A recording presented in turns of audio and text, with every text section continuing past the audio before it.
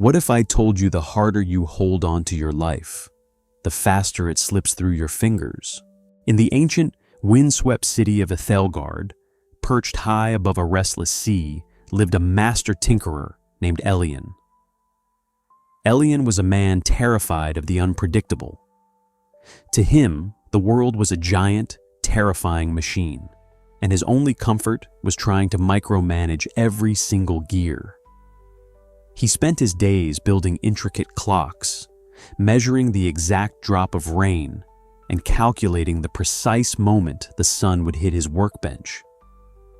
He believed that if he could just predict everything, he would never have to feel pain, disappointment, or fear. But as you and I both know, life doesn't operate on a schedule. Elian's ultimate obsession was the Great Water Wheel. It was a colossal wooden structure that brought fresh water from the raging river below up into the city. For decades, it had creaked and groaned, working perfectly fine in its own imperfect way. But to Elian, the unpredictable creaking was a sign of chaos. He spent months drafting plans to perfect it. He replaced the flexible, waterlogged wood with rigid, unyielding brass. He tightened every joint and locked every gear into an exact, unmoving rhythm. He stood back, proud of his creation. He finally felt safe. But he forgot one fundamental truth about nature. That evening, a massive, unseasonal storm rolled in off the ocean. The river swelled, thrashing against the cliffs with a violent, chaotic energy. The old wooden wheel would have simply flexed, bending with the unpredictable surges of the water. But Elian's perfect, rigid brass machine could not bend. It could only resist. As the furious river battered the unyielding metal, the gears locked. The tension built to an unbearable extreme. With a deafening crack that echoed through the entire city, the massive brass wheel shattered.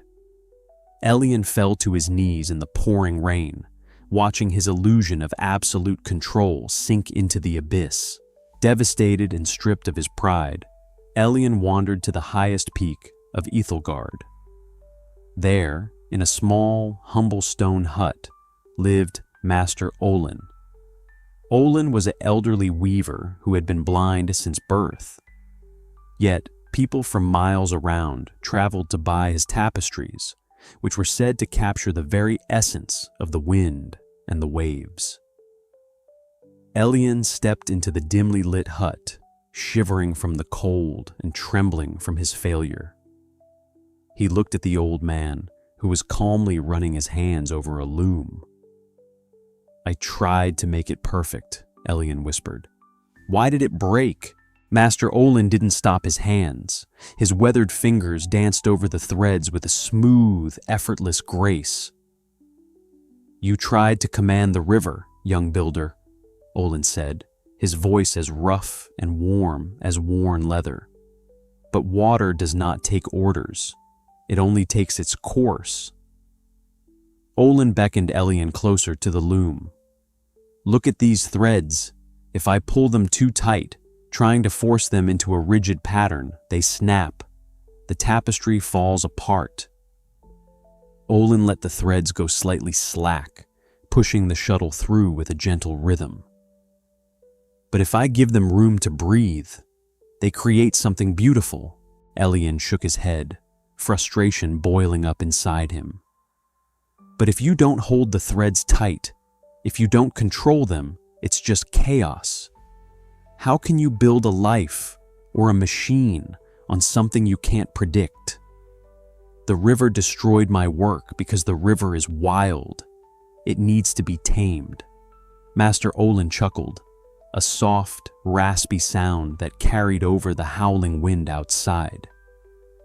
He picked up his walking stick and tapped his way toward the door. "Come with me, Elian. You are trying to conquer an enemy that doesn't actually exist." They stood at the precipice of the cliff, the roaring ocean crashing against the rocks far below. Olin reached into a nearby stone basin filled with rainwater and scooped up a handful. "Look at this water," the old man said. "If I gently cup my hands, I can hold it. I can carry it. It sustains me." Suddenly, Olin clenched his fist as tight as he could. The water instantly squirted through his fingers, splashing onto the muddy ground, leaving his hand completely empty. But the moment I try to squeeze it, to force it into submission, I lose everything. Master Olin pointed his walking stick toward a misty valley in the distance. "Go to the Whispering Grove," the blind weaver instructed. "Gather the deep-root bamboo that grows there. It is the wood you rejected years ago because it would not hold a perfect, straight line." Elian frowned. He remembered that wood. It was frustratingly flexible, impossible to measure perfectly, and it warped with the weather. "Rebuild the great water wheel with the bamboo," Olin continued. "Do not try to conquer the river, Elian. This time, you must ask the river to dance." The next morning, Elian ventured into the Whispering Grove. The air was thick with mist, and the tall green stalks swayed heavily in the breeze. As he chopped his first piece of bamboo, he felt a surge of his old anxiety returning. The wood was uneven. It was completely asymmetrical.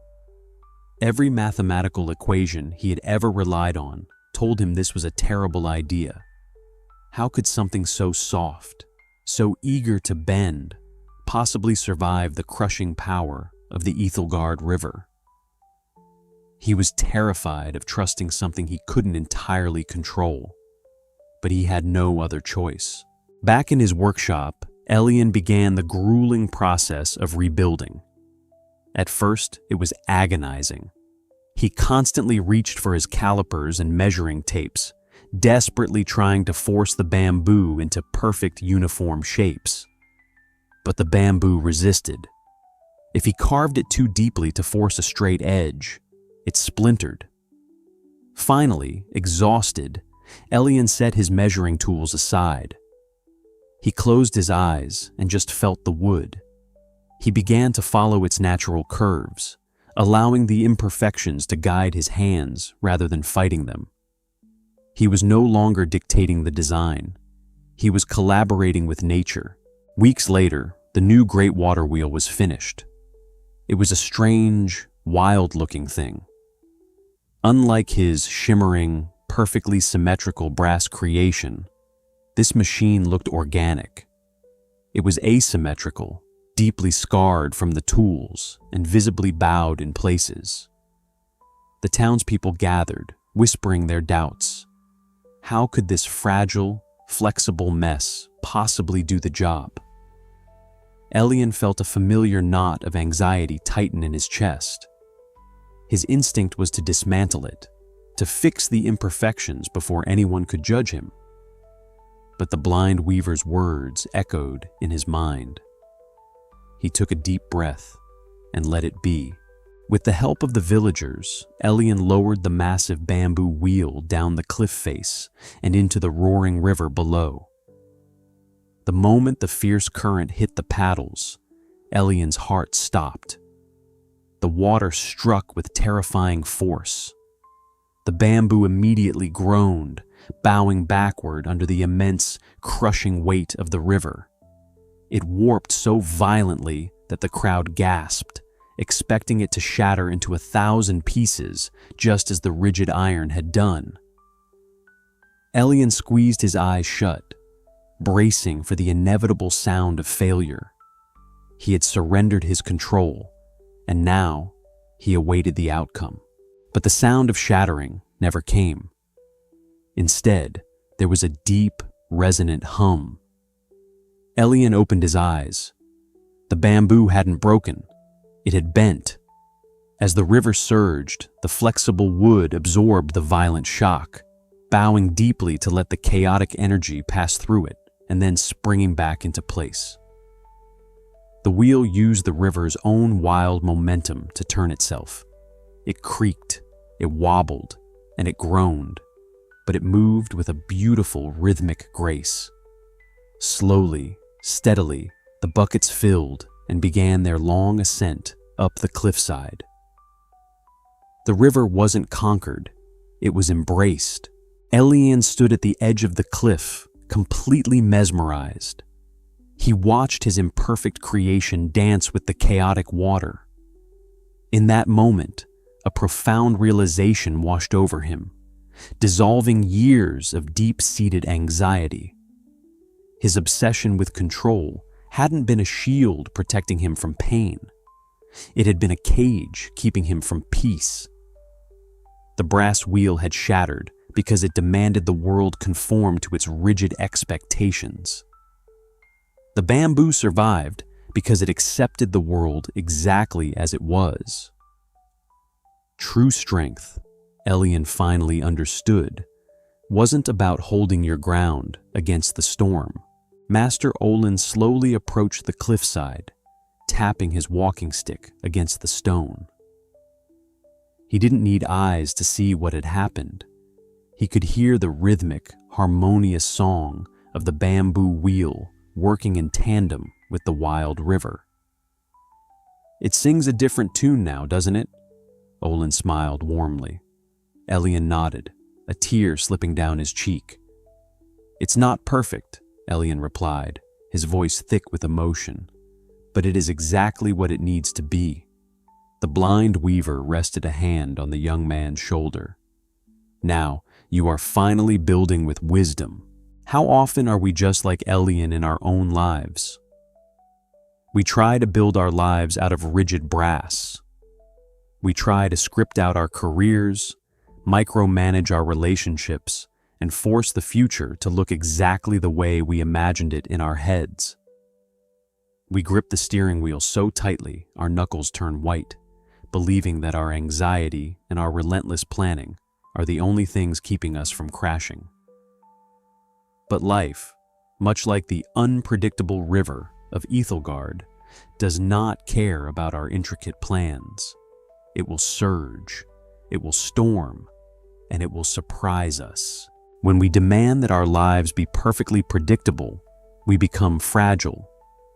Every unexpected delay, every rejection, every sudden change in the weather becomes a catastrophic failure.